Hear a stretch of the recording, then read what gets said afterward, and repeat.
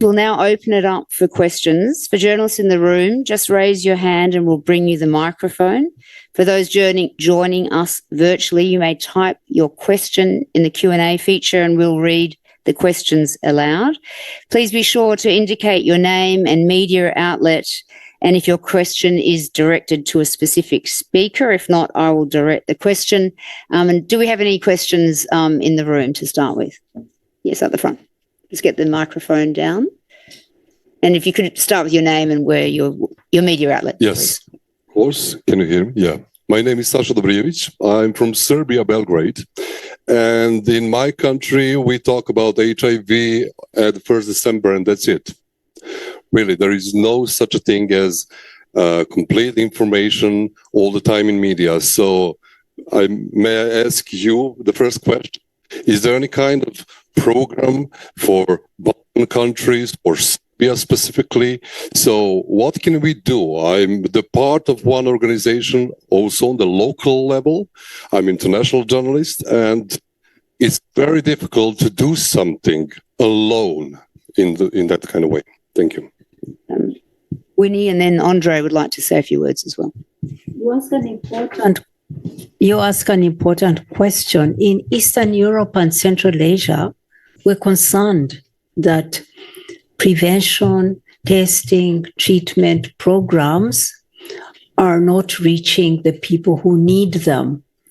But that's not because what's needed are massive programs for everybody.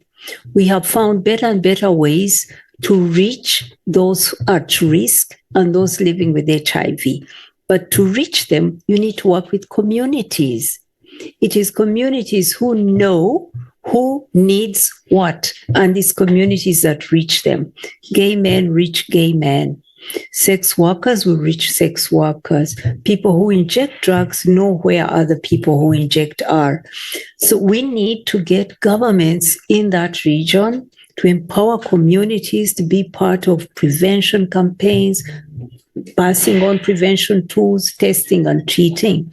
That's a big challenge in the region, engaging communities to deliver. But secondly, it's a right, and related to that, it's a rights issue. It's about stigma, discrimination, homophobia in the society. It's about the criminal laws. We need to decriminalize. We need to have people come forward without fear. So the policies of dealing with drugs is a violent criminal approach. We need a treatment approach, because many people who are using drugs for personal use really are ill. They need treatment, not imprisonment. So we need to shift policies. So the region needs to have a legislative agenda to change laws that are driving people away, to fight homophobia in the society, and to empower communities.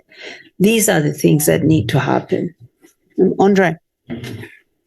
Yeah, thank you for raising this question. There are very few donors supporting Serbia, but I think the one strong donor is the Global Fund to fight AIDS, tuberculosis, and malaria, focusing on key populations, on scaling up programs such as PrEP for men having sex with men.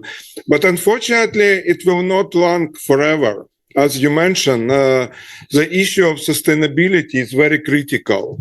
And this is joint responsibility from donors, but also from civil society, community, and all actors to make sure that those programs will not fall down after end of international support. So it's very critical to work with governments, with municipalities, and I know that some Serbian cities signed Paris Declaration, including Belgrade and other cities, on fast-track cities.